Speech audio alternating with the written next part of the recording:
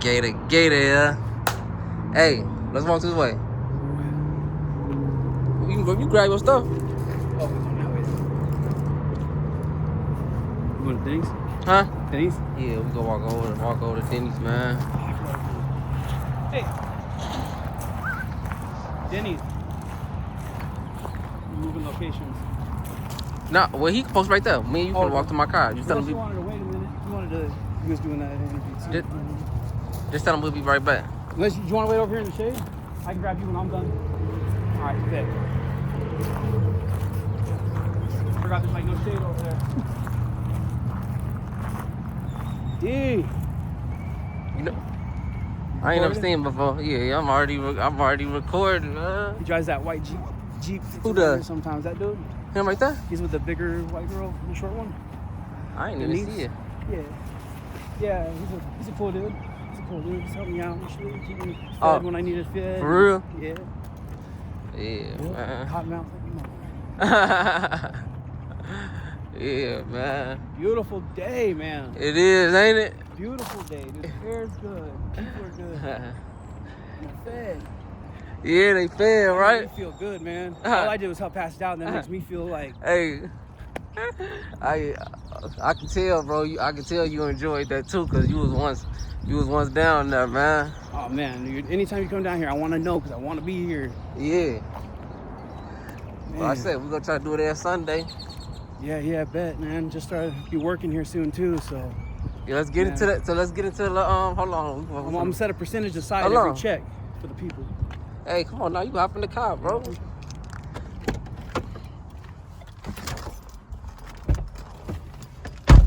Car smell like pizza. That pizza done got my car smelling crazy. My old car smell funky. Does this chair go down? Your electric seats? Yeah, it goes. You mind if I move it down? Yeah, no, you good. Hit the ceiling with my head. Dang, you gotta turn that down. Yeah. It's my first interview in the car, man. You got sober gator in the car. Hey, you know why you in the car? Cause you sober gator, you sober gator. Yo, you know what I'm saying? Good. Hey, this clean gator, fresh out the shower gator. Boom. Took a shower this morning. That's why you in the car, man. Cause you clean now. I don't have that funk on me anymore, man. No, I ain't never smell you though. But I wash that life away. I scrub every day to get that life off me, man. Yeah, man. So, all right, I'm gonna let y'all know. So, I met Gator a year ago. Gator was on the streets, in the tunnels, man. You know, he was out here just like everybody else. Yep, you know, 90 pounds smaller. You know. Yeah, man. So 425 pounds when I hit the streets. Yeah. 180 when I left. So, let's talk about how did you get off the streets? So, I was chilling in the tunnel with my boys, you know, not doing much, just sitting, you know, doing the drugs and, you know, smoking meth and fentanyl. And I was sitting there and I just got $100 worth of drugs from somebody I knew and was holding on to it for him. And, you know, didn't know how I was going to pay that back to him, but I didn't care at the time. All of a sudden, this dude walks past me, right? I'm chilling, just getting ready to pass out, too. Maybe we go to some shade or something. Had a needle in my arm, right? Yeah. So this big old dude walks past. I didn't recognize him. He said, "Hey, you William?" I said, "Yeah, what are you looking for, bro?" I thought he was trying to get some good, you know? Yeah. So I was like, cool, make some of my money. And I was like, "What are you looking for, man?" Gee, whatever. He's like, "No, you don't recognize me, do you?" And he looked at me with this like solemn face. And I was like, I don't know, do I know you? And he's like, "I'm your cousin Jimmy." I haven't seen Jimmy since I was a teenager, since I was a little kid. And I couldn't have felt more embarrassed seeing him for the first time in over a decade, looking like in the situation I was in. Man, I had a needle in my arm, bro. For real? With meth in it. I had trays of fentanyl all over my bed. I had a random dude and chicken dog in my bed in the tunnel. And there's my family, man. And I could tell he started tearing up, man. Yeah. He started tearing up and he's like, "You know, your mom's been looking for you. She just reported you missing a few months ago to the police. And every weekend, you know, I come out and everybody in the family takes a certain area and we scour it looking for you, bro. Your mom wants you back." And not that she didn't want me in the first place, she just didn't have the ability to take care of me as a grown man and herself, my little sister and herself, you know. So I told him, I was like, oh man, Jimmy, I will, you know, I was gonna go to my mom lives a mile or so away. So as soon as he told me what was up, I took that needle out of my arm, threw it away, walked up to QT on the corner to clean up a little bit. I wasn't sure where he went, but on my walk back, I wasn't sure if she was home or not, because every time I talked to her, I'd go to the house and she'd be gone until 5 when she gets off work. So I figured it'd be a few hours, but I cleaned up a little bit. On my way back, somebody's honking at me, right? Just going crazy on the horn. And I slipped my hand in my bag to grab the thing real quick because I didn't know what was happening. And with my experiences of getting, you know, my ass whooped out here, I wasn't ready to die yet or get jumped again. So I turned around and it was my mother and my grandpa in the car. Told me to get in. I said, well, I got stuff down here, Mom. She was like, that ain't your stuff anymore. Just leave it there. I want you back. You're coming back with us. Right. And, you know, in the moment, I was like, okay, bet, whatever. Got in the car, went home, ate. You know, we talked. And my mom, she just got blessed in her life with the best job she's ever had, making more money than she ever has. You know, she's making real good money, and you know, she told me, I've never wanted you on the streets. I never wanted to have to worry about whether you were alive or dead every night. She said, you probably took years off my life just worrying about you every night, every time the phone would ring. Right. And she was like, whatever I got to do to keep you here, let me know so I can keep you here so I don't have to have that worry in my life no more. And that hit me hard. Right. That hit me hard, man. And my little sister came over, took a bunch of pictures of me that night. And I was looking at them. I was like, man, I look like shit. I ain't me. I don't know who I am. You know, and that scared me. And so I told my mom, I was like, I know one thing. I know I've been to rehab a bunch of times. You know, I don't know how much more I can learn from rehab. It's more or less applicating it in life now. She wanted me to go to rehab. I said, well, how about we call, you know, a place around here and see if I can maybe get on methadone, at least until I, you know, for a week or two, until I figure out what I'm going to do, where I'm going to go for rehab or whatever. And I started methadone, and that was the best thing that I have ever found in my life. Was methadone, because that's the worst part about coming off that Fetty, man. Yeah. You know, I know people that have taken their own lives because they didn't want to go through that pain. You know, it's physical, it's mental, makes you ill. It's kind of like, it's like chemotherapy, man. It makes your bones feel like they're melting. Oh, wow. Yeah, it's bad. Uncontrollable diarrhea. You know, a lot of people die from dehydration just from the diarrhea and throwing up, man. So I didn't know that you take a dose of methadone from a doctor and it's magic. I have never withdrawn since, and I haven't used since. I'm on day 95. 95 days since last time I used drugs.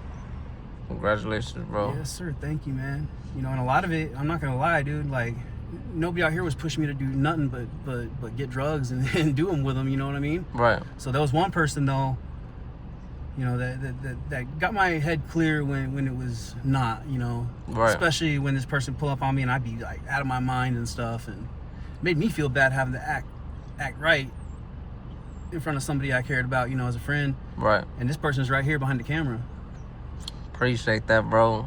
Domo, man, you know, honestly, I can say probably if I never met you, I'd probably be dead, man. I've died 4 times out here on the streets. That's deep, bro. I've lost my life 4 times out here, and I didn't care. You know, it took somebody caring about me for me to care about myself, to realize I got some type of worth, you know? Yeah. You know, and then with my mom people don't know, I came and checked on you every day, didn't I? I came... At least once a week. You feel me? At least once a week I'd have somebody coming up to me. Yo, D's looking for you, Gator. Yeah. D brought you this. D, you know? Yeah. It sucked too, man, because I'd usually just be like right over here or something. Nobody knew where I was at because I wanted and I had to walk in the, man, people don't, I used to have to walk in the trenches, walk in that, I don't like walking in that tunnel, you know what I'm saying? You know, because the tunnel, is, you know, it ain't clean, but, you know, days out, still, I got up and I walked in that tunnel. If I ain't see him on the street, I know he's in that tunnel. And couldn't nobody go get him, I'll go down there and I'll get him, man. Yeah, man, I don't know if y'all know anything about street life, but it is not safe for you to go down there. Yeah. You know, the average person, you can get yourself hurt bad going down that tunnel. You say the wrong thing, bump into the wrong person, just walk through at the wrong time. you know, you get stabbed. I've been stabbed down there. There's been people who lost their life in that tunnel, man. And it means a lot that you would risk, you know, your personal safety. I know you got family you got to worry about, and you still put that to make sure I was okay. Yeah. And you put the word out there that, you know what I'm saying, you kind of made it safe for me, though. 'Cause you let people know, you know what I'm saying, oh, Yeah. man, he don't got no bad intent. You know what I'm saying? He really helping us out here. And, you know, it kind of slowed the little videos down a little bit, you know what I'm saying? Because I can see today I can get 20 videos because, you know, I'm with the man himself, man. But, I you got know, the connections, you know what I'm man. saying, you know, because I don't go down there without you, man. You know what I'm Right. saying? So I I wouldn't catch want you, you you to. know what I'm saying? Yeah. You know, You know. And it took a minute for me to get comfortable coming back down there, man. Because just thinking about it, I get that itch kind of like, man, what if I go down there and somebody got a bowl going?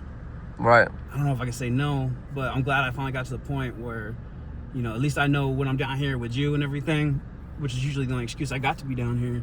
Other Yeah. than, you know, seeing my family down there, and you know, my friends are still my friends. You know, they just haven't found the way out like I have yet. Right. I'm trying to help them see it. You know, they can do it too. It's easy, bro. It's easy. You just go down, spend a couple hours at the clinic. So that's weak excuse. So this is my thing, right? So, you know, you already know the situation. I got Hannah to help, man. You know, I got her to help. And I don't understand, bro. You know, I know it, I'm not gonna say I don't understand, bro, because I know to get caught up in this lifestyle is, you know what I'm saying, is deep. Yeah. So her family came and got her just as well as your family. Granted, your family is right down the street, so you know what I'm saying, you know, but how do some people, bro, get stuck in it, bro? So there was a time, like recently, within 6 months, where I didn't know how to get off the street. Because after being unemployed for 2 years or more as an adult, you're considered unemployable, you know, technically. And it's very hard to find work. Not to mention, I don't know very many people out here that do still have their driver's license or IDs, birth certificates. That all gets stolen. It all gets thrown out when the city comes to clean, and you might have a warrant or something. You don't want to be around when they show up because they usually got the police. So you leave everything behind. It gets lost, stolen, whatever. So I don't know if you've ever tried to go get a social security card without a birth certificate or an ID, or try to get an ID without a social security card or birth certificate, but it can be a loop to where you get lost. You know, and it's not the end of the world, but when you gacked out of your mind and you're on the fetty and you ain't thinking right, it is the end of the world. There ain't nothing I can do about it. Screw it. Yeah. You know, and you feel helpless. You know, even when there's people like, oh, we'll help you get your ID. Bullcrap, dude. Like, I already been down there, tried it. You ain't gonna tell me nothing that they didn't tell me. You think you know, and you don't. Yeah. You know, you just lost in the sauce, you know? Some people, they not used to, you know, going back to that lifestyle, because going back to you know, this is your video, but I don't want to keep bringing it up though. But you know, I helped a certain individual and they ran all the way back here. Yeah, you know what, dude? Going back to normal life is hard. Like, there is an adjustment period. It's like prison. You know, you take somebody and put them in a situation, they get used to it, it gets comfortable, it's what you know. You know, over time, you slowly forget about how to function in life, you know. I got severe PTSD. You know, I got stabbed in my sleep in the tunnel, sleeping next to my girlfriend. Got stabbed in my leg. Got shot at, had beat down, had pistol whipped, had the back of my head busted open. I think you saw that one. Yeah. Yeah, had the back of my head caked open with blood. But a lot of that, man, you know, I'd get up in the middle of the night when I moved back with my mom. I'd wake up, you know, a couple hours after falling asleep screaming. My mom was like, "You okay? What the hell?" She's never seen me do that. You know, and it was just, I was reliving these things in my dreams and stuff. And it made it hard to be around people. You know, the first time I went to a grocery store, my mom went into Fry's or Walmart, Kroger, whatever. I broke down, started crying. Like, I just got nervous and scared. I don't know what I was scared about, but I was scared. And I realized, you know, that's from a lot of trauma and stuff, you know, going in, being forced to go into places with people and steal stuff. And, Yeah. you know, just simple things. Like, that's just one example of many things, but it is hard to readjust back to normal life. You know, it's just like going to prison or going to war. Especially after the first year, you get into 2-3 years on the streets. You know, I was out there for over 2 years, and it took all of 3 months to get back to just being comfortable around people again, just in normal situations and normal settings. Yeah. So So what's what you got in store in the in the next few months, man? What's life looking like? Man, your boy got himself a job. I got blessed with a job, which I thought would be the hardest part. Just out of nowhere, my mom came to me and she asked me if I'd like to be a part of the company she works for. I told her, let's do it. So I came in and shadowed. They really liked me. I got a little experience doing that business. They liked me and they're like, bro. And that take a lot for moms to bring you in her workspace. Yo, so I'm and saying she's done it before, and I let her down twice before. So I was shocked, but I'll tell you what, man. She believe in you now, bro. Yeah, and she asked me, if I do this, what's gonna be different? I'm like, what's gonna be different is I'm not an addict. I'm sober. That madness is done. It's over. Sober, the madness is over, bro. Like I'm back to being normal. I kind of recognize who I am now, and I'm proud of who I've become. Yeah. If I could go back and change it, I would. But I'm proud of who I've become because of it. Right.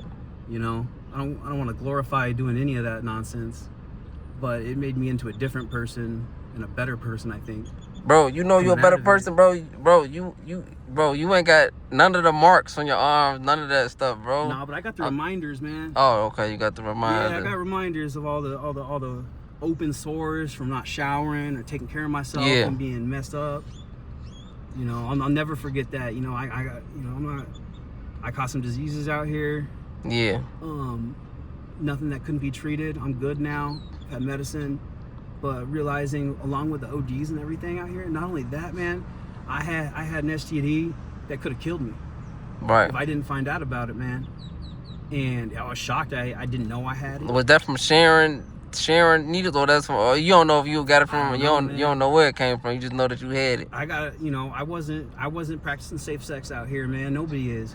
When you can buy a pill for $1, you're not gonna go spend $5 on a pack of condoms, bro. Yeah. So, and it was a year before I even had a girlfriend out here on the streets, and I figured I'm tired of being alone. Yeah. And it happens to a lot of people, man. Getting the STD out here, it's hard to stay clean out here. Right. And not even knowing how long you have it. Man, I could have had it for years. I could have had it for months. They told me, you're in stage 2 of syphilis. I contracted syphilis out here somehow. Been stuck twice with dirty needles on accident, digging through the trash and whatnot. Could have been that. Could have been having sex with prostitutes. Yeah. I think in our first video I talked about that a little bit. Hustling women. Hustling women was one of the hustles I did out here, and I would hook up with them as well. Selling dope and all that, and it could have been that. I don't know. Right. But I was blessed to be able to get it caught and get it taken care of. For sure. Yeah, man. But it's been a long time overdue, man. We're gonna end this with, man, I'm proud of you, bro. Keep it going. You definitely a testimony. You definitely a testimony out here, bro. Nothing and but you love, know what I'm man. saying? If anybody sees me on the streets and needs somebody to talk to, grab me, man. Tell me, talk to me. I'll tell you my story, bro. Let me tell you my story. If you see me, grab me. Yeah. We'll talk. I'm still out here trying to help everybody, man. Makes me feel good.